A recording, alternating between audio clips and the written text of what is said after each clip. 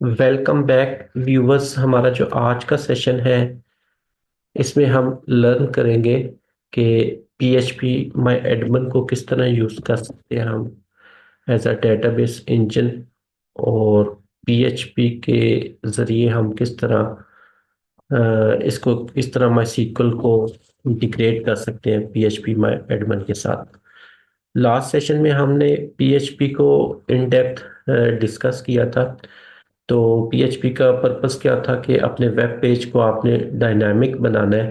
तो server side एक scripting language है पीएचपी, तो उस पर्पस के लिए हम यूज़ करते हैं। तो वेब पेज को डायनामिक बनाने के लिए यूज़ की जाती है। तो पीएचपी में हमने लर्न किया था कि किस तरह हम फॉर्म्स के ज़रिए जो डाटा यूज़र से गेट करते हैं, और गेट करके उसको हमने वेब पेज पे प्रिंट करवाया था। Dollar underscore get, dollar underscore post या डॉलर अंडरस्कोर रिक्वेस्ट के फंक्शंस को यूज़ करते हुए हमने फॉर्म के एलिमेंट से डाटा गेट किया था, और गेट करके उसको हमने वेब पेज पे प्रिंट कराया था। और सेकंड हमने लर्न किया था कि वही डाटा हम बैकएंड पे जाके फाइल्स में कैसे स्टोर कर सकते हैं। तो उसमें हमने पीएचपी में फाइल हैंडलिंग को लर्न किया था। तो यूजर से डाटा लेकर फाइल्स में स्टोर करना, ये फ्लैट फाइल डेटाबेसेस कहलाता है। इसको हमने वहाँ पे पीएचपी में कवर किया था। तो हमारा आज का जो सेशन है इसमें हम लर्न करेंगे कि किस तरह आप यूजर से डाटा लेकर बैकएंड पे जाके जो डेटाबेस इंजन है उसमें जाके आप स्टोर करेंगे। ठीक है। तो यूजर से डाटा लेने के लिए आपके पास कोई सी भी सर्वर साइड स्क्रिप्टिंग लैंग्वेज हो सकती है, लाइक पीएचपी हो गया, एएसपी हो गया, या एएसपी डॉट नेट हो गया, या इवन जावास्क्रिप्ट भी हो सकती है जो कि क्लाइंट साइड स्क्रिप्टिंग लैंग्वेज है। लेकिन रिकमेंडेड है कि आपने हमेशा सर्वर साइड ही स्क्रिप्टिंग लैंग्वेज यूज करनी है। तो उसके pros and cons client side server side languages के क्या थे वो मैंने एचटीएमएल के सेक्शन में ऑलरेडी कवर किया था। तो यूजर से डाटा लेकर हमारे आज के सेशन में है कि बैकएंड में डेटाबेस इंजन में कैसे स्टोर कराएंगे। तो जो डेटाबेस इंजन हम यूज करने जा रहे हैं वो पीएचपी माई एडमन का है। ये all over the world most widely use होता है। ठीक है। तो पहले हम लर्न करते हैं कि पीएचपी माई एडमन को हम सेटअप किस तरह करेंगे। ठीक है। और उसके बैकएंड की फंक्शनैलिटी, कुछ जो इंपॉर्टेंट टैब्स हैं उनको हम डिस्कस करेंगे। तो सबसे पहले आपके पास वैम्प या जैम्प इंस्टॉल होना चाहिए, जो कि हमने पीएचपी में इंस्टॉलेशन इसकी कवर की थी। तो अगर आपने पहले से इंस्टॉल नहीं किया हुआ तो वैम्प सर्वर की साइट पे आप जा सकते हैं, या जैम्प सर्वर की ऑफिशियल साइट पे जा सकते हैं, और वहां से इसका वर्जन डाउनलोड कर सकते हैं। तो मैं यहाँ पे वैम्प सर्वर को यूज़ कर रहा हूँ, तो मैं वैम्प सर्वर की ऑफिशियल साइट पे गया और वहां पे जाके मैंने इसका 64 बिट वर्जन डाउनलोड कर लिया। ठीक है। अगर आपके पास 32 बिट ऑपरेटिंग सिस्टम है तो आप इसका 32 बिट वर्जन भी यूज़ कर सकते हैं। लेकिन इसमें एक इम्पॉर्टेंट चीज़ है कि वैम्प या जैम्प सर्वर को इंस्टॉल करने से पहले आपने विजुअल सी प्लस प्लस का जो सेटअप है, ठीक है, उसका एक प्लगइन है विजुअल सी प्लस प्लस का माइक्रोसॉफ्ट का, वो आपने फर्स्ट इंस्टॉल करना है। और माइक्रोसॉफ्ट की साइट से भी आप डाउनलोड कर सकते हैं। तो इंस्टॉल करने के बाद फिर आपने वैम्प या जैम्प सर्वर को इंस्टॉल करना है। तो ये उसका एक प्री रेक्विजिट है। तो इस केस में हम वेब सर्वर को यूज़ कर रहे हैं। तो इस केस में ये देखें, इसका जो लेटेस्ट वर्जन है 3.3.5 है। तो इसमें अपाची सर्वर की सपोर्ट भी है, जो कि वेब होस्टिंग सर्वर के तौर पे यूज़ होता है। पीएचपी की सपोर्ट है।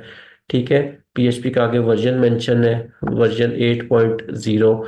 माई सीक्वल की सपोर्ट है, मारिया डीबी की सपोर्ट है, पीएचपी माई एडमिन की स्पोर्ट है, और एडमाइनर की है, और पीएचपी सिस इन्फो। तो ये सारी इस पैकेज के अंदर स्पोर्ट्स इंक्लूडेड है। तो डिपेंड करता है आप इसका कौन सा वर्जन यूज कर रहे हैं या पहले से आपके पास इंस्टॉल्ड है। तो जो जैम्प है उसमें जस्ट एक एक्स्ट्रा पाइथन या पर्ल लैंग्वेज की सपोर्ट भी है। तो अगर हमने इस केस में पाइथन या पर्ल यूज नहीं करनी तो इस पर्पज के लिए वैम्प भी हम यूज कर सकते हैं। तो जैम्प भी आप यूज कर सकते हैं। तो डिपेंड करता है आपकी रिक्वायरमेंट पे। अच्छा, सेकंड इंस्टॉल करने के बाद वैम्प या जैम्प को आपने क्या करना है कि जब आपने वैम्प सर्वर इंस्टॉल कर लिया तो आपने उसकी सर्विस को रन करना है। ठीक है। अगर आपने जैम्प इंस्टॉल किया है तो उसकी सर्विस को रन करना है, तो तब आपका कंप्यूटर वेब होस्टिंग की सर्विसेज प्रोवाइड करेगा। तो मैंने इसको पहले से रन किया हुआ था वैम्प सर्वर पे क्लिक करके।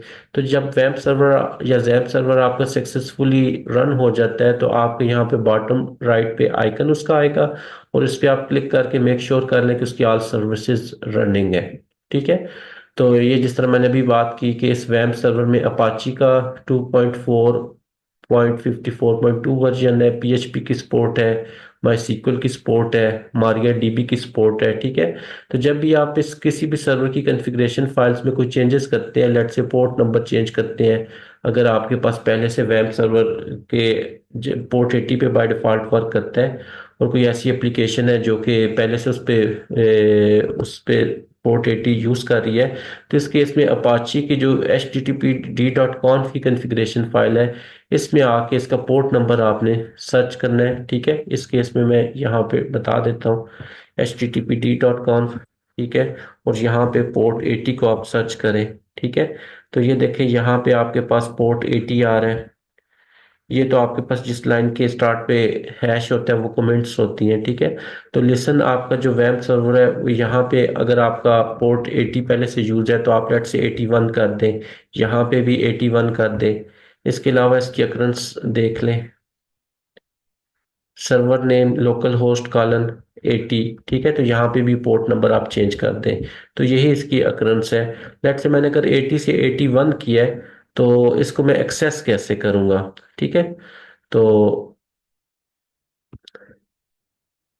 इस केस में मैं इसको क्लोज करता हूँ, और क्लोज करने के बाद यहाँ पे आपने लोकल होस्ट कॉलन 81, तो जितनी भी आप वेब होस्टिंग सर्वर पे स्क्रिप्ट रन करेंगे, उस केस में अगर आपने पोर्ट नंबर चेंज किया है तो कॉलन प्लेस करके आगे आपने अपना पोर्ट नंबर स्पेसिफाई करना है, और उसके बाद यूआरएल वही होगा जो आगे मैं सब्सिक्वेंट बताता जाऊंगा। तो ये जस्ट उस केस में है जब आप पोर्ट नंबर चेंज कर रहे हैं और आपके पास कोई ऐसी एप्लीकेशन इंस्टॉल है जो पहले से पोर्ट 80 को यूज कर रही है। ठीक है। तो सेम पोर्ट के ऊपर दो एप्लीकेशंस वर्क नहीं करती। तो इस केस में आपका वैम्प या जैम्प सर्वर है तो उसका आइकन यहाँ पे रेड कलर या ऑरेंज कलर का हो जाएगा। ठीक है। तो इट्स मीन के वैम्प सर्वर प्रॉपर वर्क नहीं कर रहा। तो इस केस में जाके आपने उसका पोर्ट नंबर चेंज करना है, और चेंज करने के बाद चेंजेस सेव करने के बाद आपने इसकी रीस्टार्ट ऑल सर्विसेज कर देना है। तो मैं फिर कंक्लूड कर रहा हूँ कि सबसे पहले आपके पास विजुअल सी प्लस प्लस की पैकेज इंस्टॉल होना चाहिए वैम्प या जैम्प को इंस्टॉल करने से पहले, क्योंकि इसका प्री रेक्विजिट सॉफ्टवेयर है। उसके बाद आपका वैम्प या जैम्प आपने इंस्टॉल करना है। तो इस केस में इंस्टॉल करने के बाद इसकी सर्विस को रन करने के बाद, क्योंकि यहाँ पे मेरा पोर्ट 80 पे बाय डिफॉल्ट वर्क कर रहा है, कोई और ऐप इस पोर्ट 80 को यूज़ नहीं कर रही, तो इसलिए मैं यहाँ पे पोर्ट नंबर स्पेसिफाई नहीं कर रहा। तो यहाँ पे आपने लोकल होस्ट /php माई एडमिन ब्राउजर के अंदर टाइप करें तो भी आपके पास ये php माई एडमिन की कंसोल आ जाएगी, लॉगिन स्क्रीन आ जाएगी। ठीक है। और दूसरी ऑप्शन आपके पास ये है कि आप यहाँ से जाके वैम्प या जैम्प सर्वर की सर्विस पे क्लिक करें, तो यहाँ पे आपके पास php माई एडमिन आएगा, तो इस पे क्लिक करने से भी आपके पास जो है वो php माई एडमिन की ये स्क्रीन आ जाएगी। तो यहाँ पे आपके पास लैंग्वेज कौन सी है? बाय डिफॉल्ट इंग्लिश है। ठीक है। तो मैं उसी को यूज़ कर रहा हूँ। अब सेकंड चीज़ यहाँ पे इम्पोर्टेंट है कि जैम्प सर्वर पे लॉगिन होना है तो इसका यूज़र नेम क्या है, क्योंकि आपने इसकी फ्रेश इंस्टॉलेशन की है। तो इस केस में इसका यूज़र नेम होगा रूट, और इसका पासवर्ड कुछ भी नहीं है। ठीक है। सर्वर चॉइस में आप स्पेसिफाई करेंगे कि आप माई सीक्वल को यूज़ कर रहे हैं या मारिया डीबी को। तो हमारे केस में हम इसको यूज़ कर रहे हैं माई सीक्वल को। तो इसमें मैंने माई सीक्वल सेलेक्ट किया। इनिशियली आप जब फ्रेश इंस्टॉलेशन करेंगे तो इस केस में यूज़र नेम रूट स्पेसिफाई करेंगे, पासवर्ड उसका कोई भी सेटअप नहीं होता। तो एम्प्टी छोड़ देंगे और नीचे सर्वर चॉइस में माई सीक्वल सेलेक्ट कर लेंगे। तो ये लॉगिन के ऑप्शन पे आप क्लिक करेंगे। अच्छा, यहाँ पे इंपॉर्टेंट चीज़ है कि रूट जो है पीएचपी माई एडमिन का एडमिनिस्ट्रेटर अकाउंट है बाय डिफॉल्ट। ठीक है। तो अब सेकंड, ये आपके पास जो कंसोल आई है ये आपके पास पीएचपी माई एडमिन की कंसोल है। ठीक है। तो इस कंसोल में आप देखते हैं कि जब भी आप यूजर से फ्रंट एंड पे फॉर्म्स के जरिए जो डाटा यूजर से ले रहे हैं, वो आप उसको बैक एंड पे यहाँ पे आके स्टोर करते हैं। तो ये इस केस में हम पीएचपी मैडमन को यूज कर रहे हैं, तो ये इसका डेटाबेस इंजन कहलाता है। ठीक है, तो मैंने दो केसेस डिस्कस किए थे कि यूजर से डाटा लेकर या तो आप फाइल्स में स्टोर करते हैं जिसको फ्लैट फाइल डेटाबेसेस कहा जाता है, और सेकंड केस मैंने बताया था कि यूजर से डाटा लेकर और बैकएंड पे पीएचपी माई एडमिन में आप स्टोर कर रहे हैं। ठीक है, तो इसको नॉन फ्लैट फाइल डेटाबेसेस भी कहा जाता है। तो नॉन फ्लैट फाइल डेटाबेसेस में दो टाइप्स आती हैं, एक स्कीमा ओरिएंटेड और एक स्कीमा लेस। ठीक है, तो इन दोनों में डिफरेंस मैं आगे चल के डिस्कस करूंगा। तो यहाँ पे कुछ टैब्स हैं जो आपको पहले से पता होनी चाहिए। तो इसमें आपके पास सबसे पहले है डेटाबेस की टैब, क्योंकि हम माई का सेक्शन स्टार्ट करने जा रहे हैं, तो उससे पहले ये उसकी कुछ रिक्वायरमेंट है। तो डेटाबेस की टैब पे आप क्लिक करके आप किसी भी नेम की डेटाबेस क्रिएट कर सकते हैं। ठीक है, तो मैंने यहाँ पे लेट्स से कहा कि वेब वन के नेम की डेटाबेस मैंने क्रिएट की, और ये उसकी कोलिजन की टाइप है जो कि ये बताती है कि इस डेटाबेस के कोलिजन का जो स्ट्रक्चर होगा वो कौन सा होगा। तो ये बाय डिफॉल्ट हम रहने दे रहे हैं letter one underscore Swedish underscore CI। तो वेब वन के नेम की मैंने यहाँ पे डेटाबेस क्रिएट कर ली। तो ये देखिए लेफ्ट साइड पे वो डेटाबेस आ जाएगी। अब इस डेटाबेस के अंदर मैं टेबल क्रिएट करने जा रहा हूँ, तो मैं डेटाबेस पे फर्स्ट क्लिक करूंगा। क्लिक करने के बाद मैंने टेबल का नेम स्पेसिफाई करना है। तो लेट्स से यहाँ पे मैं इसको नेम दे देता हूँ टेबल वन। इस टेबल के आपने कितने कॉलम्स क्रिएट करने हैं, ठीक है, जिसको हम फील्ड भी कहते हैं, फील्ड भी कहते हैं। तो लेट्स से यहाँ पे मैं कह देता हूँ मैं 3 फील्ड्स इस टेबल की क्रिएट करने लगा हूँ, तो नंबर ऑफ कॉलम्स यहाँ पे 3 स्पेसिफाई कर देता हूँ। अब यहाँ पे आपके पास ये देखिए टेबल की फर्स्ट फील्ड की है, तो यहाँ पे लेट्स से मैं कह देता हूँ आईडी है। तो ये सारी जो भी इंफॉर्मेशन आगे आ रही है, ये आईडी की फील्ड पे अप्लाई होगी, ये सारी की सारी प्रॉपर्टीज। सेकंड लेट से मैं फील्ड का नेम कर देता हूँ नेम है, और थर्ड फील्ड का नेम लेट से मैं कर देता हूँ एड्रेस। तो अब ये फर्स्ट फील्ड है, इसमें किस टाइप का डाटा स्टोर होगा ये डाटा टाइप स्पेसिफाई करती है। ठीक है, तो माई सीक्वल में अगर आपने उस फील्ड के अंदर इंटीजर वैल्यूज को स्टोर करना है जो कि 1 2 3 है आपके पास, ठीक है, तो इंट डाटा टाइप यूज करेंगे। अगर आपने उस फील्ड के अंदर टेक्स्ट को स्टोर करना है जस्ट, तो उसकी टेक्स्ट डाटा टाइप होगी। अगर आपने डेट को स्टोर करना है तो उसकी डेट डाटा टाइप होगी। ठीक है, और उसके बाद वारचार डाटा टाइप है। तो आपने अगर उस फील्ड के अंदर किसी भी टाइप की डाटा स्टोर करना है, यानी वो आइदर वो टेक्स्ट हो सकता है, डिजिट्स हो सकते हैं, या कुछ स्पेशल करेक्टर्स हो सकते हैं, तो इस केस में उस फील्ड की डाटा टाइप फिर आप वारचार करते हैं। तो वारचार स्टैंड्स फॉर वेरिएबल करेक्टर। ठीक है, तो ये इस केस में 4 डाटा टाइप्स हैं जो कॉमनली यूज होती हैं। अगर आपने किसी फील्ड के अंदर फ्लोटिंग पॉइंट वैल्यू स्टोर करनी है, ठीक है, यानी इंटीजर भी और पॉइंट्स में भी, तो उसकी डाटा टाइप फ्लॉट या डबल आप कर सकते हैं। ठीक है, उसके अलावा जस्ट आपने डेट स्टोर करनी है तो date data data type use करेंगे। डेट टाइम स्टोर करना है दोनों उस फील्ड के अंदर, तो उस केस में उसकी डाटा टाइप डेट टाइम होगा। इस केस में इंपॉर्टेंट चीज ये है कि पहले आप डेट सप्लाई करेंगे, फिर उसके बाद टाइम स्टोर करेंगे। उसके बाद टाइम की डाटा टाइप है कि जस्ट आप उस फील्ड के अंदर टाइम को स्टोर करना है या ईयर को स्टोर करना है, तो ईयर की डाटा टाइप है। तो बताने का मकसद ये है कि ये कुछ कॉमन सी डाटा टाइप्स हैं जो कि आप माई में जिनको यूज करने की जरूरत पड़ेगी। अच्छा, इस केस में क्योंकि आईडी है हमारे इस केस में, तो उसकी डाटा टाइप मैंने इंट सेट कर दी। उसके बाद कहता है कि इस आईडी की जो डाटा टाइप है इसकी लेंथ क्या होगी, कितने नंबर ऑफ डिजिट्स तक ये वैल्यू स्टोर कर सकती है। ठीक है, तो अगर आप इसको रिस्ट्रिक्ट करना चाहते हैं तो यहाँ पे स्पेसिफाई कर दें, अदरवाइज इसकी डिफॉल्ट ही लेंथ होगी। अच्छा, उसके ऊपर कोई रिस्ट्रिक्शन नहीं होगी। उसके बाद नेम डाटा टाइप है, ठीक है, तो उसकी डाटा टाइप मैं यहाँ पे नेम की जो फील्ड है, सॉरी, नेम की जो फील्ड है टेबल की, तो उसकी मैं डाटा टाइप यहाँ पे टेक्स्ट कर देता हूँ। और थर्ड एड्रेस की डाटा टाइप है, तो लेट्स से मैं उसकी डाटा टाइप वार्चर कर देता हूँ। तो एड्रेस में लेट्स से मैं यहाँ पे लिख देता हूँ कि 25। तो इस केस में जो एड्रेस की जो फील्ड होगी उसमें मैक्सिमम 25 करेक्टर्स तक का डाटा आप प्रोवाइड कर सकते हैं। तो ये लेंथ की जो फील्ड है इसका ये पर्पज है कि उस फील्ड के अंदर कितने नंबर ऑफ करेक्टर्स आप तक का डाटा स्टोर कर सकते हैं। ठीक है, तो उसके बाद इसमें कुछ इंपॉर्टेंट फील्ड्स हैं, आगे चल के हम देखते हैं कि नल की है, ठीक है। तो अगर आप इस फील्ड को इस केस में आईडी के अगेंस्ट है, तो इसको नल वाली ऑप्शन को मैं टिक कर देता हूँ, तो इट्स मीन इस फील्ड में को मैं एम्प्टी भी छोड़ सकता हूँ, ठीक है। जब यूजर से डाटा मैं ले रहा हूँ तो उस केस में उसमें डाटा ना भी स्टोर करूँ, तो मैं इस केस में उसकी वैल्यू सप्लाई करना लाजमी नहीं है, ठीक है। तो बाय डिफॉल्ट नल टिक नहीं है, तो इस केस में उसकी वैल्यू फिर फॉर्म की जो एलिमेंट होगा, लेट से कोई स्टूडेंट नेम का टेक्स्ट बॉक्स है, तो उसकी वैल्यू फिर सप्लाई करना मस्ट होगा अगर ये चेक नहीं है। उसके अलावा अगर मैं इसकी किसी फील्ड के ऊपर की लगाना चाह रहा हूँ, प्राइमरी की, यूनिक की, इंडेक्स, फुल टेक्स्ट या स्पेशल, तो इस केस में मैं उसके अकॉर्डिंग अपनी रिक्वायरमेंट के अकॉर्डिंग यहाँ पे सप्लाई कर सकता हूँ। ये चल के हम आगे सारी कीज इस सेक्शन में कवर करेंगे।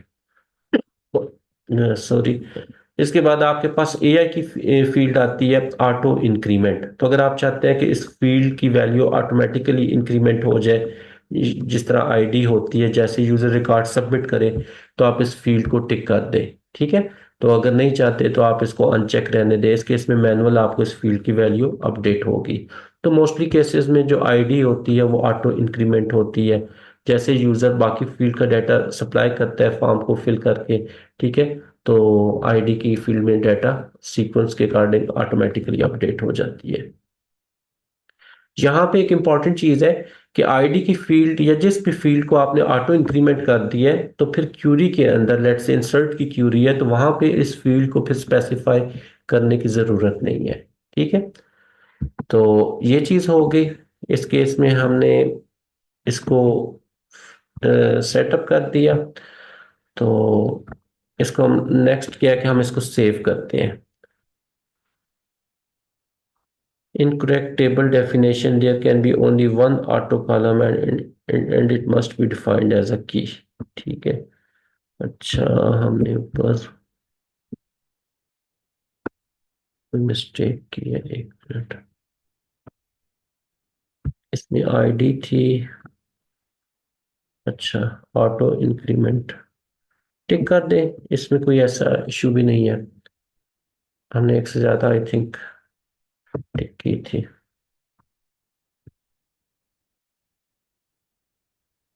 तो ये हमारा टेबल सेव हो गया।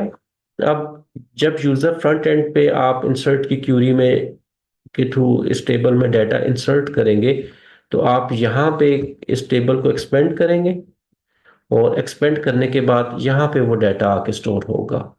तो इस तरह आप वेरीफाई कर लेंगे कि फ्रंट एंड से डाटा आपका बैक एंड पे आ रहा है, ठीक है, सक्सेसफुली डेटाबेस इंजन में स्टोर हो रहा है। तो इसको हम आगे चल के डिस्कस करेंगे इंसर्ट की क्यूरी में। तो ये जस्ट मेरे पास फर्स्ट जो था कि आप बैकएंड पे जाके डेटाबेस कैसे क्रिएट करेंगे, उसके अंदर टेबल्स किस तरह क्रिएट करेंगे, टेबल की फील्ड किस तरह स्पेसिफाई करेंगे, तो इसके बाद आप इंसर्ट की क्यूरी सप्लाई कर सकते हैं। तो यहाँ पे ये जो काम मैंने किया कि मैंने पहले आके टेबल क्रिएट किया, सॉरी, डेटाबेस क्रिएट की, डेटाबेस के बाद उसमें टेबल क्रिएट किया, फिर टेबल की फील्ड बताई, उनकी डाटा टाइप बताई, फिर उसके बाद मैं चल के इस टेबल में डाटा इंसर्ट कर सकता हूँ। तो इंसर्ट करने से पहले तक ये जो प्रोसेस मैंने कंप्लीट किया है, इसको स्कीमा ओरिएंटेड कहा जाता है, ठीक है। तो माईसीक्वल आपका स्कीमा ओरिएंटेड डेटाबेस इंजन है, ठीक है। तो सेकंड मैंने जो टाइप थी नॉन फ्लैट के अंदर बताई थी कि स्कीमा लेस डेटाबेसेस। तो स्कीमा लेस ऐसी डेटाबेसेस होती हैं जिनमें स्ट्रक्चर इंपॉर्टेंट नहीं, मैटर नहीं करता। ये जो चीज़ थी कि पहले टेबल क्रिएट, डेटाबेस क्रिएट करें, फिर टेबल क्रिएट करें, फिर टेबल की फील्ड क्रिएट करके उनकी डाटा टाइप स्पेसिफाई करें, तो ये स्ट्रक्चर कहलाता है, ठीक है। इसको स्कीमा कहा जाता है। तो स्कीमा ओरिएंटेड डेटाबेस इंजन की जो आपके पास एग्जांपल है माईसीक्वल या मारियाडीबी होगी, और स्कीमा लेस डेटाबेसेस वो है जिनमें आपको पहले से ये स्ट्रक्चर क्रिएट नहीं करना पड़ता, जस्ट आपका काम है आपने डाटा इंसर्ट करना है, और डेटाबेस इंजन की रिस्पॉन्सिबिलिटी है कि ये फील्ड्स क्रिएट करे, डेटाबेस क्रिएट करे, फील्ड क्रिएट करे, उनकी डाटा टाइप आइडेंटिफाई करे। तो स्कीमा लेस डेटाबेसेस में आपके पास मोंगो डीबी आता है। तो ये तो होगी नॉन फ्लैट फाइल डेटाबेसेस की टाइप्स, ठीक है। तो स्कीमा ओरिएंटेड, स्कीमा लेस, और उसकी एग्जांपल मैंने बताई, और डेटाबेस की टैब मैंने बताई। उसके बाद आपके पास है यहाँ पे एक्सपोर्ट की टैब है, इंपोर्ट की टैब है, ये इंपॉर्टेंट है। तो एक्सपोर्ट की टैब के थ्रू आप क्या करते हैं कि आप अपने जो डेटाबेस यहाँ पे आपने क्रिएट की है, ठीक है, तो उसको किसी और सिस्टम पे आप ट्रांसफर करना चाह रहे हैं। ठीक है, लेट से आपका कोई होस्टिंग सर्वर है, उस पर ट्रांसफर करना चाह रहे हैं अपने सिस्टम से, तो इस पर्पस के लिए आप एक्सपोर्ट की टैब यूज करते हैं। तो इस केस में आपकी डेटाबेस आपके इस सिस्टम से एक्सपोर्ट होगी, ठीक है, और आपके कंप्यूटर पे सेव होगी, और आप वहां से इसको किसी भी होस्टिंग सर्वर पे जाके इंपोर्ट कर सकते हैं। ठीक है, तो एक्सपोर्ट करने के लिए ये आपसे पूछता है कि आपने क्विक ऑप्शन के मेथड के थ्रू आप एक्सपोर्ट करना है। ठीक है, और किस टाइप के फॉर्मेट की डेटाबेस एक्सपोर्ट करना चाह रहे हैं। ठीक है, तो बाय डिफॉल्ट सीएसवी फाइल भी हो सकती है, जेसन की फाइल हो सकती है। ठीक है, तो लेट्स से मैं एसक्यूएल यहाँ पे रहने देता हूँ। तो क्विक केस केस में मैं करूंगा तो ये मेरे से पूछेगा नहीं कि कौन कौन सी डेटाबेस के कॉलम्स हैं, फील्ड्स हैं या टेबल्स हैं, उनको एक्सपोर्ट करना चाह रहे हैं। ठीक है, तो कस्टम है, तो कस्टम को अगर मैं सेलेक्ट करता हूँ, ठीक है, तो इस केस में मैं यहाँ पे स्पेसिफाई करूंगा। ठीक है, तो यहाँ पे मेरे पास टेस्ट डीबी है, वेब वन है, जाहिद डीबी है, तो ये तीन डेटाबेसेस बनी हुई हैं। ठीक है, तो इस केस में मैं स्पेसिफाई करूंगा। लेकिन अगर मैं क्विक वाली ऑप्शन सेलेक्ट करता हूँ, तो इस केस में मैं यहाँ पे अभी वेब वन को मैंने सेलेक्ट किया हुआ है, तो वेब वन को ये फिर एक्सपोर्ट करेगा। ठीक है, तो यहाँ पे मैं एक्सपोर्ट के ऑप्शन पे क्लिक करता हूँ, तो ये देखिए मेरी डेटाबेस जो है वो एक्सपोर्ट हो गई। तो ये एसक्यूएल मैंने बाय डिफॉल्ट सिलेक्टेड था, तो आप किसी भी फॉर्म में कर सकते हैं, सीएसवी फॉर्म में भी कर सकते हैं। ठीक है, तो यहाँ पे आप देखें इस फाइल का नेम है 127_0_0_1.SQL। डॉट एसक्यूएल इस वजह से था कि यहाँ पे आपने एसक्यूएल फॉर्म में इसको एक्सपोर्ट किया था। तो अगर आप सीएसवी फॉर्म में एक्सपोर्ट करते तो यहाँ पे डॉट सीएसवी ऑप्शन आ रही होती। यहाँ पे लर्न करने का इंपॉर्टेंट पॉइंट ये है कि आप जिस फॉर्म में इसको एक्सपोर्ट करेंगे उसी फॉर्म में फिर आप इसको इंपोर्ट भी करेंगे। ठीक है, तो इस केस में लेट्स से कि मेरे पास अगर ये फाइल होती और मुझे ना पता चलता कि ये किस फॉर्म में एक्सपोर्ट हुई है, तो ये एक्सटेंशन से पता चल रहा है कि ये जो फाइल डेटाबेस की एक्सपोर्ट हुई है, ये इसकी एक्सटेंशन है एसक्यूएल। तो इसी फॉर्म में फिर आप इसको इंपोर्ट करेंगे। तो इस तरह एक्सपोर्ट की ऑप्शन से आप इसको एक्सपोर्ट कर लेंगे। ये इस केस में डाउनलोड्स के फोल्डर में ये जाके स्टोर हुई है। ठीक है, तो ये यहाँ पे आ रही है। ठीक है, अब सेकंड केस है कि इंपोर्ट की ऑप्शन। तो इंपोर्ट की ऑप्शन से आप अपने सिस्टम से या किसी और सिस्टम से आप डेटाबेस ला रहे हैं, तो उसको अपने कंप्यूटर में इस पीएचपी माय एडमिन में इंपोर्ट कर सकते हैं। ठीक है, तो ये जस्ट आपने यहाँ पे उस फाइल को सिलेक्ट करना है। ठीक है, जो आपने डाउनलोड की है, एक्सपोर्ट एक्सपोर्ट इंपोर्ट करनी है। ठीक है, तो इसको यहाँ पे सिलेक्ट करना है, और उसके बाद नीचे आपके पास इंपोर्ट की ऑप्शन आ रही है, तो आप इंपोर्ट कर देंगे। तो यहाँ पे एसक्यूएल बाय डिफॉल्ट सिलेक्टेड है, तो एक्सपोर्ट भी मैंने एसक्यूएल में की थी, इंपोर्ट भी एसक्यूएल में कर रहा हूँ। अगर मैंने एक्सपोर्ट सीएसवी में की होती तो इंपोर्ट फिर यहाँ पे मुझे सीएसवी में सेलेक्ट करता। ठीक है, तो आप इंपोर्ट की ऑप्शन पे क्लिक करेंगे तो ये आपके पास डाटा इंपोर्ट हो जाएगा। तो ये तो हमने लर्न कर लिया कि एक्सपोर्ट के थ्रू हम किस तरह डेटाबेस को अपने सिस्टम से किसी दूसरे सिस्टम पे ट्रांसफर कर सकते हैं, और इंपोर्ट के थ्रू उसी किसी दूसरे सिस्टम के डेटाबेस इंजन में ला सकते हैं। ठीक है, तो इसमें लास्ट एक इम्पॉर्टेंट ऑप्शन है, ये इसका होम पे मैं क्लिक करता हूँ, और इसमें और यूजर अकाउंट्स की एक इम्पॉर्टेंट ऑप्शन है। ठीक है, तो यूजर अकाउंट्स के अच्छे से ऑप्शन से पहले आपके पास ये एसक्यूएल की ऑप्शन का मैं बता देता हूँ कि यहाँ पे रहते हुए आप कोई भी एसक्यूएल की क्यूरी को यहाँ पे रन कर सकते हैं। ठीक है, और उसकी आउटपुट आप यहाँ पे डायरेक्ट देख सकते हैं। तो हमने क्योंकि फ्रंट एंड फॉर्म से डाटा गेट करना है, तो उस पर्पज के लिए हम यहाँ पे इस टैब को यूज नहीं करेंगे। तो उसके बाद यूजर अकाउंट की टैब आती है। ठीक है, यूजर अकाउंट की टैब में जाके आप अपने पीएचपी में एडमिन के यूजर अकाउंट्स क्रिएट कर सकते हैं।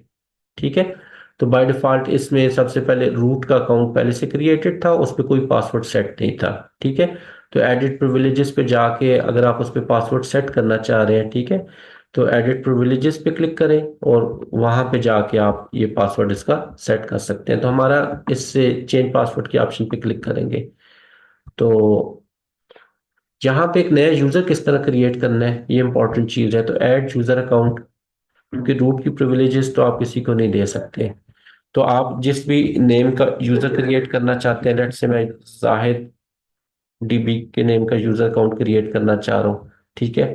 तो ये लोकल होस्ट, ये जो आपका होस्टिंग सर्वर है उस पे ये वर्क करेगा, ठीक है। उसका पासवर्ड आप रखना चाह रहे हैं तो आप स्पेसिफाई कर दें, ठीक है। लेकिन ऑटो जनरेट करना चाह रहे हैं तो भी आपकी अपनी चॉइस है। तो इसके बाद आपके पास है पासवर्ड की कम्प्लेक्सिटी की जो रिक्वायरमेंट है ना, वो मस्ट मीट करनी चाहिए अगर आप पासवर्ड सेट कर रहे हैं।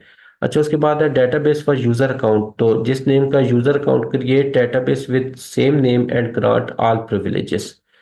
तो इस केस में मैंने जो यूजर अकाउंट क्रिएट किया है उसका नेम है जाहिद डीबी, ठीक है। तो यहाँ पे पासवर्ड मैंने कोई सेट नहीं किया, सेट करना चाहे तो कर सकते हैं। तो अगर मैं इस ऑप्शन को क्रिएट क्लिक कर देता हूँ तो इस केस में क्या, create database with same name and grant all privileges.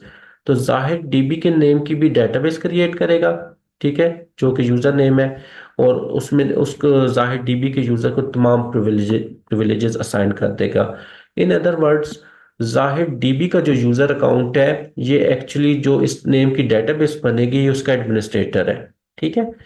उसके बाद है कि सेकंड ऑप्शन है, अगर मैं इसको टिक करता हूं तो grant all privileges on wild card name, ठीक है।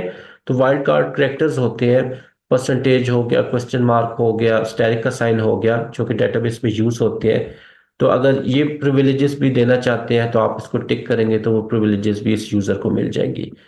अच्छा, उसके बाद ये है कि ये यूजर क्या एक्टिविटीज परफॉर्म कर सकता है। लेट से मैं कहता हूँ कि ये यूजर जस्ट इंसर्ट कर सकता है, ठीक है। डेटाबेस में इंसर्ट की ऑपरेशंस परफॉर्म कर सकता है। तो इंसर्ट की ऑप्शन मैं टिक करूंगा, तो उसके बाद इसको जाके नीचे क्रिएट के ऑप्शन पे क्लिक करूंगा, ठीक है।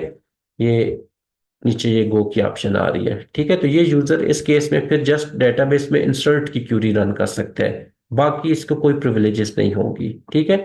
तो ये डिपेंड करता है आपकी रिक्वायरमेंट पे कि किस तरह की परमिशंस आप यूजर को असाइन करने जा रहे हैं। इसके बाद ये मैक्सिमम क्यूरीज पर आर, ये यूजर कितनी क्यूरी एग्जीक्यूट कर सकता है, ठीक है। अपडेट की क्यूरीज कितनी एग्जीक्यूट कर सकता है, मैक्सिमम कितने कनेक्शंस के साथ ये कनेक्ट हो सकता है, ठीक है।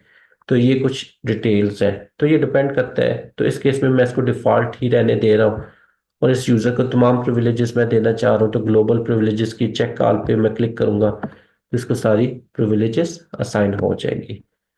तो ये करने के बाद आप गो पे क्लिक करेंगे तो ये कहता है पासवर्ड मस्ट आप यहाँ पे प्रोवाइड करें, ठीक है। तो लेट्स से मैं इसका पासवर्ड सेट कर देता हूँ। तो ये देखिए मैंने इसकी तमाम रिक्वायरमेंट्स को फुलफिल किया। वीक पासवर्ड होगा तो उस केस में ये ग्रीन नहीं होगा। तो आपके पासवर्ड में मेक श्योर कर लें कि अल्फ़ाबेट्स भी हों, डिजिट्स भी हों, स्पेशल कैरेक्टर्स भी हों। तो ये इस नेम का, जाहिद के नेम का यूजर अकाउंट क्रिएट हो गया। अब मैं इस चीज़ को वेरीफाई करना चाह रहा हूँ कि ये वाकई क्रिएट हुआ है या नहीं। तो ये देखें, आप यूजर अकाउंट्स की टैब पे मैंने क्लिक किया तो यहाँ पे जाहिद टीबी का भी यूजर अकाउंट क्रिएट होकर आ गया। तो आप देखें, रूट पे मैंने कोई पासवर्ड सेट नहीं किया था, इनिशियली इंस्टॉलेशन के दौरान सेट नहीं सेट हुआ होता तो इसका पासवर्ड नो है। लेकिन मैंने अपना जो अकाउंट अभी क्रिएट किया है तो इसका पासवर्ड यस है, ठीक है। तो जाहिद डीबी, ये जो वेब वन के नेम की डेटाबेस, जाहिद डीबी की नेम की सॉरी मैंने डेटाबेस क्रिएट किया है। तो इस डेटाबेस का एडमिनिस्ट्रेटर है जस्ट, ठीक है। इसको किसी और डेटाबेस पे कोई राइट्स नहीं होंगे अनलेस कि मैं खुद जाके असाइन करूं। लेकिन रूट का जो यूजर अकाउंट है ये डेटाबेस का एडमिनिस्ट्रेटर है, ठीक है। तो इसको इस पीएचपी माई एडमिन में जितने भी डेटाबेसेस होंगी उन सब पे हर तरह के प्रिविलेजेस असाइन होंगी। तो ये तो था हमारे पास पीएचपी माई एडमिन का सेक्शन जिसमें हमने लर्न किया कि डेटाबेस कैसे क्रिएट होती है, उसमें टेबल्स कैसे क्रिएट होते हैं, यूजर अकाउंट्स कैसे क्रिएट होते हैं, आप डेटाबेस को एक्सपोर्ट कैसे कर सकते हैं किसी दूसरे सिस्टम के लिए और उस सिस्टम पे जाके इंपोर्ट कैसे कर सकते हैं। तो ये कुछ कॉमन सी फील्ड्स थी और एसक्यूएल की टैब थी जिसमें आप मैंने बताया कि आप एसक्यूएल की क्यूरीज किस तरह रन करके उसकी आउटपुट यहाँ पे देख सकते हैं। तो ये तो था हमारे पास पीएचपी में एडमिन का ओवरव्यू। तो अब हम मेन आते हैं अपने वेब पेज पे जिसका काम होगा कि यूजर से डाटा लेना और उसको बैकएंड पे डेटाबेस इंजन में स्टोर करना। तो सबसे पहले आपके पास यहाँ पे देखें, मैंने PHP माई एडमन को डिस्कस किया है एज अ डेटाबेस इंजन। तो इसके अलावा जो आपके पास डेटाबेस इंजन है माई सीक्वल के GUI के, वो PHP माई एडमन है, माई सीक्वल एडमिनिस्ट्रेटर है, और नेविकैट है। ठीक है, तो ये तीन डेटाबेस इंजन हैं GUI बेस्ड माई सीक्वल के। इनमें सबसे ज्यादा all over the world PHP my Edmund most widely use होता है। और ये इसको यूज करने का रीजन क्या है कि आप popular web interface that is included with almost every type of shared विचुअल और डेडिकेटेड होस्टिंग सोल्यूशन। तो जितने भी वेब होस्टिंग सर्वर हैं उनमें बाय डिफॉल्ट आपके पास PHP एडमन का जो GUI टूल है, इसकी सपोर्ट इंक्लूडेड होती है। तो इस वजह से इसको मोस्ट वाइडली यूज किया जाता है। तो बाकी दो भी आप यूज कर सकते हैं, लेकिन रिकमेंडेड है कि हम PHP एडमन क्योंकि यूज होता है तो हम इसी को यूज कर रहे हैं। इसके बाद आपके पास है इसका साइंटेक्स। सॉरी। तो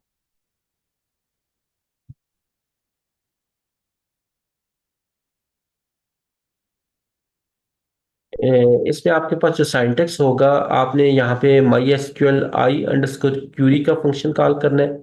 तो माई सीक्वल का जो लेटेस्ट वर्जन है उसको माई एसक्यूएल आई कहा जाता है, इम्प्रूव्ड माई एसक्यूएल। माई उस पर्सन की डॉटर का नेम था जिसने एसक्यूएल को वेब बेस्ड एप्लीकेशंस के लिए डिजाइन किया था। ठीक है, तो my SQL i underscore query. ठीक है, तो आपने जहां पे भी इस लेक्चर नोट्स में माई एसक्यूएल लिखा हुआ है उसके साथ आई का वर्ड आपने प्लेस कर देना है विदाउट स्पेस। ठीक है, तो इम्प्रूव माई एसक्यूएल। तो my SQL i underscore query, और उसके बाद डबल कोट्स में आपने क्यूरी स्पेसिफाई करनी है। तो ये क्यूरी इंसर्ट की हो सकती है, डिलीट की हो सकती है, अपडेट की हो सकती है, किसी भी टाइप की माई एसक्यूएल की क्यूरी हो सकती है। तो ये तो इसका हो गया साइंटेक्स। अच्छा, क्यूरी का फिर स्टेटस होगा, डिपेंड करते हैं कि उसका स्टेटस, अगर वो क्यूरी कोई रिजल्ट रिटर्न कर रही है, अपना स्टेटस रिटर्न कर रही है, तो वो वेरिएबल में स्टोर होगा। अगर नहीं रिटर्न कर रही तो आप उसको इस तरह किसी भी वेरिएबल में साइन ना करें। तो ये तो इसका हो गया साइंटेक्स। दूसरी इंपॉर्टेंट चीज है कि PHP की ओपनिंग क्लोजिंग टैग में ही आपने माई सीक्वल की स्टेटमेंट को एग्जीक्यूट करना है। ठीक है, तो अगर आप PHP को यूज कर रहे हैं सर्वर साइड स्क्रिप्टिंग लैंग्वेज के लिए, तो अगर आप ASP को यूज कर रहे हैं तो ASP की ओपनिंग क्लोजिंग टैग के दरमियान आप माई की स्टेटमेंट यूज करेंगे।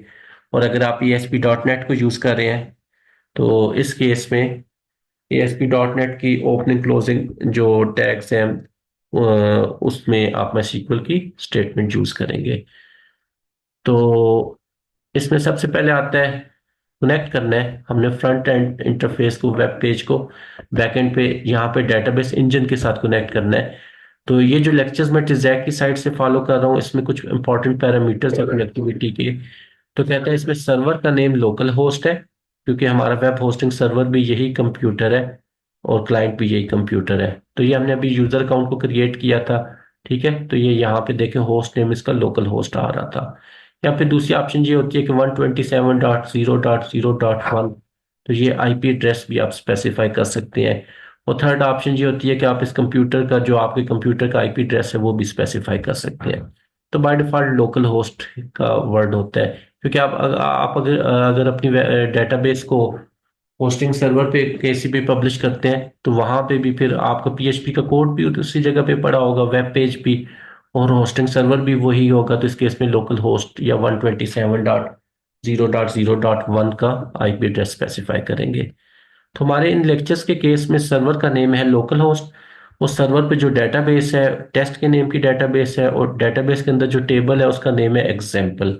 ठीक है, और उसका जो यूजर है, ठीक है, लोकल होस्ट पे जो यूजर होगा इस डेटाबेस को एक्सेस कर सकता है। तो इस थ्रू आउट लेक्चर्स के लिए उसका यूजर का नेम है एडमन, और उसका पासवर्ड जो है वो 1 एडमन है। तो ये कुछ डिटेल है जिसको यूज करते हुए जो आपको रिक्वायर्ड होगी, आप अपने वेब पेज को कनेक्ट कर रहे हैं बैकएंड पे डेटाबेस इंजन के साथ, तो उस केस में ये डिटेल रिक्वायर्ड होगी। तो हमारे जितने भी लेक्चर्स होंगे उसमें ये सारी डिटेल है, सर्वर का नेम, डेटाबेस का नेम, टेबल का नेम, यूजर नेम और उसका पासवर्ड। तो फर्स्ट स्टेप आता है कि हम किस तरह अपने वेब पेज को बैकएंड पे PHP एडमिन के साथ कनेक्ट कर सकते हैं। ठीक है, तो ये यहाँ पे देखें, पीएचपी का देखें ओपनिंग क्लोजिंग टैग। ठीक है, पहली स्टेटमेंट है कनेक्शन की। तो अब हम अपने वेब पेज में ये कोड राइट करेंगे। ठीक है, तो ये कोड क्या कर रहा है, MySQL i underscore connect. ठीक है, तो ये क्या कर रहा है कि इस वेब पेज को बैकएंड पे डेटाबेस इंजन के साथ कनेक्ट कर रहा है। ठीक है, तो उसमें पहला स्टेप है कि आप कनेक्शन एस्टेब्लिश करें। तो MySQL i underscore connect, तो पहला पैरामीटर है लोकल होस्ट या 127.0.0.1। ठीक है, तो मैं अपने क्लाइंट को, अपने वेब पेज को वेब होस्टिंग सर्वर के साथ कनेक्ट कर रहा हूँ। तो इस केस में मेरा होस्टिंग सर्वर भी यही यही कंप्यूटर है। ठीक है, तो लोकल होस्ट पहला पैरामीटर हो गया। सेकंड पैरामीटर है कि उस यूजर पे जब कनेक्ट होंगे कि मेरा होस्टिंग सर्वर ये कंप्यूटर है, तो उसके बाद उस पे पासवर्ड क्या है, यूजर नेम पासवर्ड क्या है। तो डबल कोट्स में मैंने यहाँ पे यूजर नेम स्पेसिफाई किया। सेकंड पैरामीटर मेरी एग्जांपल के केस में एडमन था। ठीक है, रूट भी हो सकता है, लेकिन रिकमेंडेड नहीं है कि आप रूट यूजर की प्रिविलेजेस किसी भी डेटाबेस में यूज करें। ठीक है, तो उसके बाद उसका पासवर्ड हो गया। तो हमारी एग्जांपल के केस में वन एडमन उसका पासवर्ड था। अच्छा, जो ये तो हो गया माई एसक्यूएल का बेसिक वर्जन। जो इम्प्रूव माई एसक्यूएल है, उसमें कोमा डाल के डबल कोट्स में फोर्थ पैरामीटर भी आप स्पेसिफाई करेंगे, जो कि डेटाबेस का नेम होगा। ठीक है, लोकल होस्ट से कनेक्ट करो, कनेक्ट होने के क्रेडेंशियल्स ये हैं, यूजर नेम पासवर्ड। और अगर सक्सेसफुली कनेक्ट हो जाता है तो सर्वर पे डेटाबेस कौन सी सिलेक्ट करो, उस डेटाबेस का नेम। ठीक है, तो आप MySQL i under connect के फंक्शन में, ठीक है, ये फोर पैरामीटर्स पास करेंगे। और डाई की स्टेटमेंट है MySQL i underscore error. ठीक है, तो अगर ये सक्सेसफुली कनेक्ट नहीं होता, ठीक है, तो उस केस में फिर और इनटू डाई की स्टेटमेंट क्या करेगी, एरर जनरेट करेगी। तो एरर क्या जनरेट करेगी, आपने उसके साथ MySQL i underscore error का function, built in function supply किया है। तो इसको जिस स्टेटमेंट के साथ आप यूज करेंगे, उसके अकॉर्डिंग जो अप्रोप्रिएट एरर होगा वो जनरेट करेगी। तो इस केस में मैं कनेक्शन की स्टेटमेंट के साथ इसको यूज कर रहा हूँ। तो इस केस में ये जनरेट करेगी, अगर इनवैलिड होस्ट नेम हो सकता है, इनवैलिड यूजर नेम पासवर्ड हो सकता है, इनवैलिड डेटाबेस का नेम हो सकता है। तो डिपेंड करता है। ठीक है, इस केस में सारे वैलिड क्रेडेंशियल्स ही मैंने स्पेसिफाई किए हैं। सेकंड इंपॉर्टेंट चीज ये है कि आप माई सीक्वल की हर स्टेटमेंट के साथ ये फंक्शन डाई का फंक्शन जो है वो स्पेसिफाई करें। ठीक है, इसका ये फायदा होगा कि उस स्टेटमेंट में अगर कोई एरर आ जाता है, जो आप एसक्यूएल की स्टेटमेंट एग्जीक्यूट कर रहे हैं, तो ये अप्रोप्रिएट एरर को प्रिंट करेगी। ठीक है, अगर आप ये और के साथ डाई की स्टेटमेंट यूज नहीं करते, तो इस केस में फिर ये एरर रिपोर्टिंग आपको नहीं पता चलेगी। ठीक है, और इसी तरह कॉलन सेमी कॉलन एंड पे आता है, तो ये बता रहा है कि इस माई सीक्वल की स्टेटमेंट का ये एंड है। उसके बाद एको की statement connected to my SQL. तो अगर आप इस वेब पेज के इसके बाद आप इस वेब पेज को सेव करें, वेब पेज का नेम डॉट पीएचपी उसकी एक्सटेंशन। ठीक है, तो उसके बाद इसका कोड एग्जीक्यूट करेंगे। ये मैंने बताया था कि आपने सी ड्राइव में जहां पे भी आपने वेब को इंस्टॉल किया उसमें जाना है, और डब्ल्यू डब्ल्यू के फोल्डर में जाना है, और वहां पे जाके आपने इसको सेव करना है। ठीक है, तो पीएचपी के सेक्शन में ये मैं detail discussion already recorded lecture है मेरा, जिसमें मैं बता चुका हूँ कि आप वैम्प या जैप के केस में अपना जो पीएचपी का कोड है उसको कहाँ पे स्टोर करेंगे। ठीक है, तो डब्ल्यू डब्ल्यू के फोल्डर में जाके आपको सेव करना है, और उस वेब पेज को नेम देना है, वेब पेज का नेम डॉट पीएचपी एक्सटेंशन। ठीक है, ऑल दो इसके अंदर माई सीक्वल का भी कोड है। तो सर्वर साइड लैंग्वेज की ही एक्सटेंशन की प्रेफरेंस हाई होगी। तो पीएचपी के ओपनिंग क्लोजिंग टैग में इसको सेव करने के बाद आप इसको रन करेंगे। तो रन के लिए आपने क्या करना है कि यहाँ पे आपने आना है लोकल होस्ट। ठीक है, और लोकल होस्ट बैक, और उसके बाद बैक स्लैश, ठीक है, फॉरवर्ड स्लैश बल्कि यूज कर लें। तो फाइल का नेम, ठीक है, लेट से मेरी फाइल का नेम ए था, और डॉट पीएचपी उसकी एक्सटेंशन। ठीक है, इस तरह आप पीएचपी के कोड को एग्जीक्यूट करेंगे जिसमें माई सीक्वल भी है। तो जब ये टाइप करके आप इंटर करेंगे, तो अगर आपको स्क्रीन पे कनेक्टेड टू माई सीक्वल लिखा आ जाता है, जो कि ये सेकंड स्टेटमेंट बनती है उस वेब पेज के अंदर, तो इट्स मीन आपने अपने वेब पेज के फ्रंट एंड इंटरफेस को बैक एंड के साथ सक्सेसफुली कनेक्ट कर लिया है। ठीक है, तो जो माई SQL का लेटेस्ट वर्जन होगा ना, इम्प्रूव माई एसक्यूएल की मैं बात कर रहा हूँ, तो उसमें माई एसक्यूएल आई मैंने बताया आपने यूज करना है। तो उसमें डेटाबेस का नेम फोर्थ आर्गुमेंट के तौर पे आपने यहाँ पे पास करना है। तो इस केस में यहाँ पे इसका स्टेटस कनेक्शन का रिटर्न करेगा, तो let say $b is equal to this statement, ठीक है। तो इस केस में $b में मेरे पास PHP का एक वेरिएबल है $b, जिसमें कनेक्शन का स्टेटस आ रहा है, ठीक है। तो इस $b को फिर मैं नीचे इंसर्ट की क्यूरी में साथ सप्लाई करूंगा, ठीक है, या सिलेक्ट की क्यूरी में सप्लाई करूंगा, तो जहां पे भी मुझे उस कनेक्शन का स्टेटस चाहिए। तो ये एक डिफरेंस है। तो इस केस में सेकंड आपके पास चीज आती है कि आप टेबल कैसे क्रिएट करेंगे, ठीक है। तो इस केस में जो टेबल क्रिएट हो रहा है उसकी फील्ड है नेम, एज और वेट, इस एग्जांपल में थ्रू आउट, ठीक है। ये उसके अंदर डाटा कुछ पड़ा हुआ है टेबल के अंदर। नेम में ये नेम्स पड़े हुए हैं, एज में ये एजेस पड़ी हुई है, वेट की जो फील्ड है उसमें ये डिफरेंट वेट पड़े हुए हैं, और आईडी की फील्ड है वो यहाँ पे मेंशन नहीं है, उसमें ऑटो इंक्रीमेंट लगा हुआ है, ठीक है। तो हमने टेबल क्रिएट किस तरह करते हैं वो हमने पहले भी लर्न कर लिया था, ठीक है। तो यहाँ पे भी क्यूरी के थ्रू टेबल कैसे क्रिएट करेंगे तो उसको मैं डिस्कस कर देता हूँ यहाँ पे। तो अब ये देखें, फर्स्ट स्टेप हो गया कि आप कनेक्शन कैसे स्टेब्लिश करेंगे। सेकंड स्टेप ये है कि अगर आपने यहाँ पे फोर्थ आर्गुमेंट स्पेसिफाई नहीं की डेटाबेस के नेम के तौर पे, तो आप उसकी अलग से क्यूरी भी दे सकते हैं, माई SQL आई अंडरस्कोर सिलेक्ट अंडरस्कोर DB। तो ये क्यूरी सिलेक्ट करेगी कि उस सर्वर पे होस्ट जो PHP माई एडमिन है किस डेटाबेस को सिलेक्ट करना है। तो डबल कोट्स में आपने उस डेटाबेस का नेम स्पेसिफाई करना है। तो हमारी एग्जांपल के केस में डेटाबेस का नेम है टेस्ट, और डाई की जो फंक्शन है फिर ये अप्रोप्रिएट, अगर उस सर्वर पे इस नेम की डेटाबेस एग्जिस्ट नहीं करती तो इनवैलिड डेटाबेस का एरर जनरेट करेगा। उसके बाद हमारे पास आती है माई SQL आई अंडरस्कोर क्यूरी। तो यहाँ पे ये टेबल क्रिएट करने की क्यूरी है, ठीक है। तो क्रिएट स्पेस टेबल, तो जो भी कैपिटल वर्ड्स के अंदर कैपिटल लेटर्स में जितनी भी वर्ड स्पेसिफाई होंगे ये की वर्ड्स हैं थ्रू आउट लेक्चर्स के अंदर, ठीक है। और स्मॉल लेटर्स में जो लिखे हुए हैं ये आपके पास की वर्ड्स नहीं है। तो क्रिएट स्पेस टेबल, टेबल को क्रिएट करने की क्यूरी है, किस नेम का टेबल क्रिएट करो, आपने उसका नेम स्पेसिफाई किया। उसके बाद आपके पास उस टेबल की पहले फील्ड का नेम क्या है आईडी, उस फील्ड की डाटा टाइप क्या है वो आपने स्पेसिफाई करनी है। स्पेस डाल के आपने बताना नॉट स्पेस नल। तो यूजर इस फील्ड को फिर एम्प्टी नहीं छोड़ सकता, मस्ट है इसका डाटा सप्लाई करना। और उसके बाद है ऑटो इंक्रीमेंट, तो इस फील्ड की जो वैल्यू है आईडी की वो ऑटोमेटिकली इंक्रीमेंट होगी, यूजर को सप्लाई करने की जरूरत नहीं है, ठीक है। तो आपने आईडी की फील्ड पे उसकी डाटा टाइप स्पेसिफाई की, वो नल नहीं हो सकती, एम्प्टी नहीं हो सकती, ये स्पेसिफाई किया, और ऑटो इंक्रीमेंट की ऑप्शन स्पेसिफाई की, इस फील्ड की वैल्यू ऑटोमेटिकली अपडेट हो। तो लाजमी नहीं है कि आईडी की फील्ड की वैल्यू ऑटो इंक्रीमेंट हो, किसी और फील्ड की भी हो सकती है, लेकिन नॉर्मली जितने भी डेटाबेसेस डिजाइन किए जाते हैं सिस्टम उसमें आईडी की फील्ड पे अप्लाई किया जाता है। और उसके बाद प्राइमरी की इनटू आईडी। तो प्राइमरी की का क्या पर्पस होता है कि उस फील्ड के अंदर डुप्लीकेट वैल्यूज नहीं आ सकती। तो आईडी हर एक पर्सन की यूनिक आईडी होती है, ठीक है। तो प्राइमरी की मैं अप्लाई कर रहा हूँ, किस फील्ड के ऊपर अप्लाई कर रहा हूँ, टेबल की जिस फील्ड का नेम है आईडी।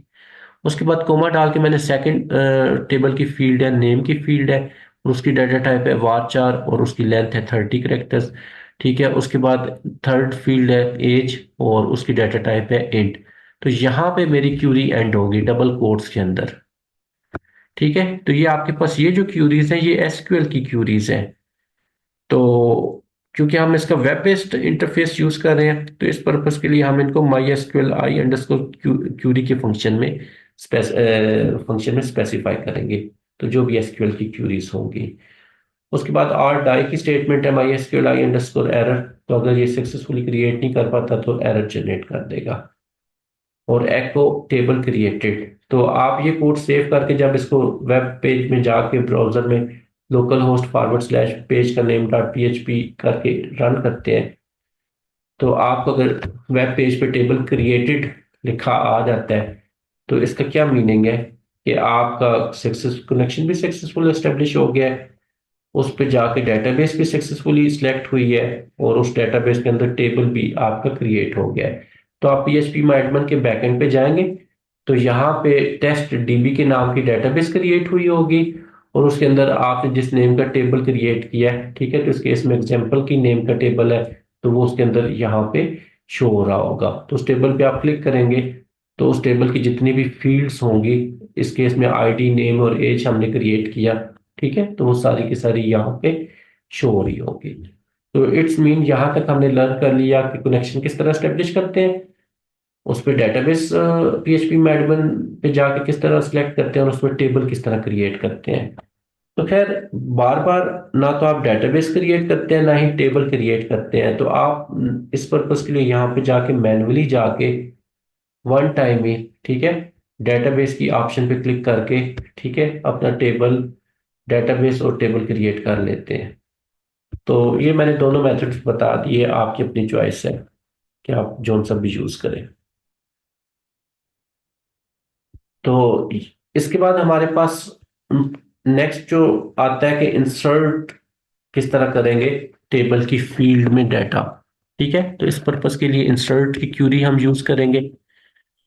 तो मेरा अब इसके बाद जितना भी फोकस होगा वो उस टॉपिक की जो क्यूरी होगी, ठीक है, उसके ऊपर फोकस होगा। तो इस केस में इंसर्ट है, ठीक है। तो इंसर्ट करने से पहले डेफिनेटली आप कनेक्शन को एस्टेब्लिश करेंगे, डेटाबेस सेलेक्ट करेंगे, ठीक है, उसमें टेबल भी पहले से क्रिएट होना चाहिए, देन आप इंसर्ट की क्यूरी एग्जीक्यूट कर सकते हैं। तो my SQL i underscore query, तो मैंने बताया था कि इम्प्रूव माई एसक्यूएल है। तो इंसर्ट की क्यूरी में पहला पैरामीटर आप फिर यहाँ पे बताएंगे डबल कोट्स के अंदर कोमा लगा के यहाँ पे इस फंक्शन को, ठीक है, आपका ये जो my SQL i underscore connect का जो वेरिएबल होगा, तो मैंने इस एग्जांपल में डॉलर बी बताया था, dollar b is equal to my SQL i underscore connect, ठीक है। तो यहाँ पे my SQL i underscore query का पहला फंक्शन होगा dollar b comma, second argument ये क्यूरी आपकी होगी, ठीक है, जो क्यूरी आपकी यहाँ तक बनती है। तो इसका मीनिंग ये है कि अगर वो कनेक्शन सक्सेसफुली एस्टेब्लिश हुआ है, तो हुआ है या नहीं हुआ उसका स्टेटस इस वेरिएबल में इसके पड़ा होगा। तो अगर वो सक्सेसफुली कनेक्ट हुआ है तो देन इंसर्ट का ऑपरेशन परफॉर्म करो, ठीक है। तो ये इम्प्रूव्ड माई एसक्यूएल का उससे जो ओल्डर वर्जन है सिंपल माई एसक्यूएल, उसका और इसका ये डिफरेंस है, ठीक है।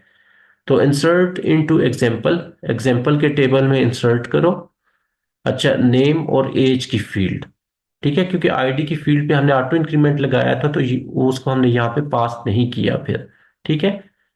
तो नेम और एज की फील्ड में इंसर्ट करो, क्या वैल्यूज इंसर्ट करो, ठीक है, वैल्यूज की स्टेटमेंट में आपने बताना सिंगल कोट में, ठीक है। तो टिमी मैलोमैन, तो टिमी मैलोमैन आपके पास जो वैल्यू है वो नेम की फील्ड में जाके स्टोर हो जाएगी, और 23 जो है वो एज की फील्ड में जाके स्टोर हो जाएगी, ठीक है।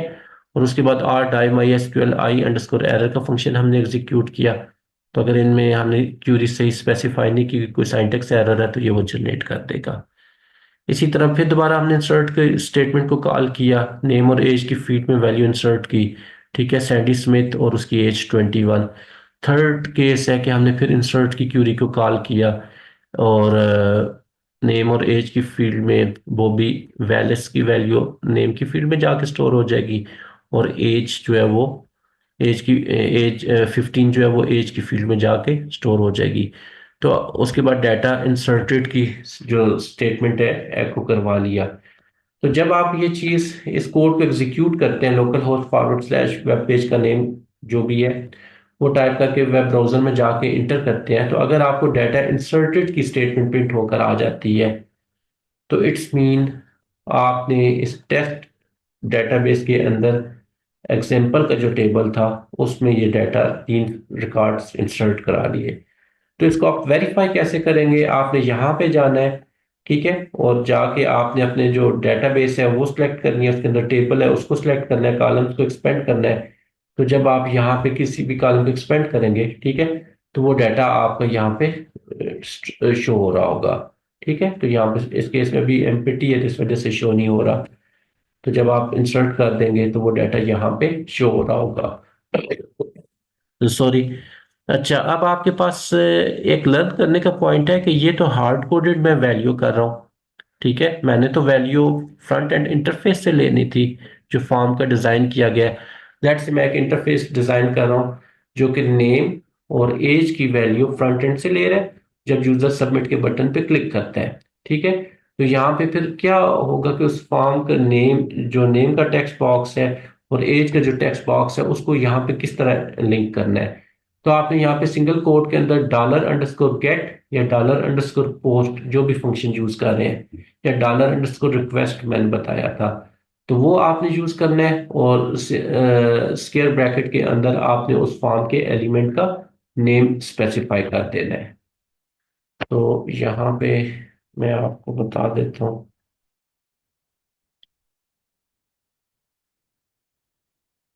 इससे पहले मैं पीएचपी के सेक्शन में ये चीजें कवर कर चुका हूँ, तो इस वजह से